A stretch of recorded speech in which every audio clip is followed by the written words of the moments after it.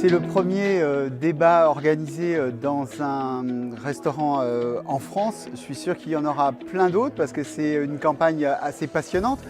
Juste deux chiffres, aux États-Unis, le premier débat a été suivi par 85 millions de personnes. C'est donc le record.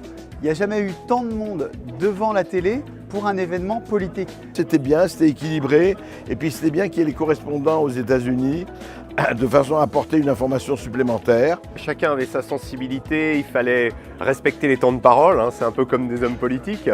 C'est des grands journalistes, c'est des gens qui passent beaucoup de temps sur le terrain, qui sont connus, donc il fallait équilibrer. J'étais plutôt content de ce débat, on a pu échanger sur un certain nombre de choses qui me paraissaient importantes, parce que les élections américaines, ça nous concerne tous, ça concerne le monde entier et évidemment la France. La difficulté était de passer d'un thème à un autre pour que le public ne soit pas fatigué non plus, parce que ça demande une grosse concentration.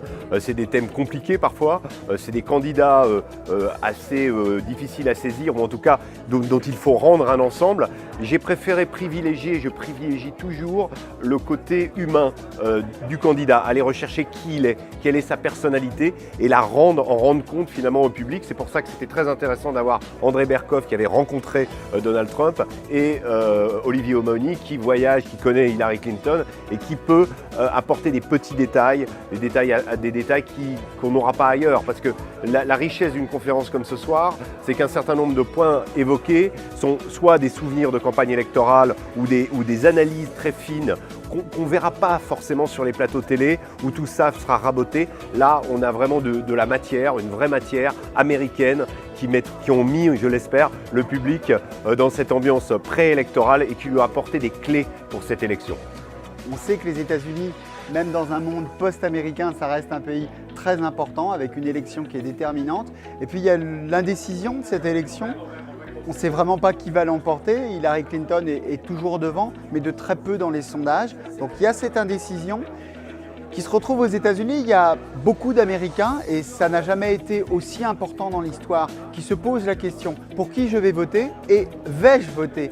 Hillary est certainement sortie vainqueur du débat qu'il y a eu avec Trump. Maintenant, il y aura deux autres débats, et je pense que rien n'est joué. J'ai pronostiqué Barack Obama.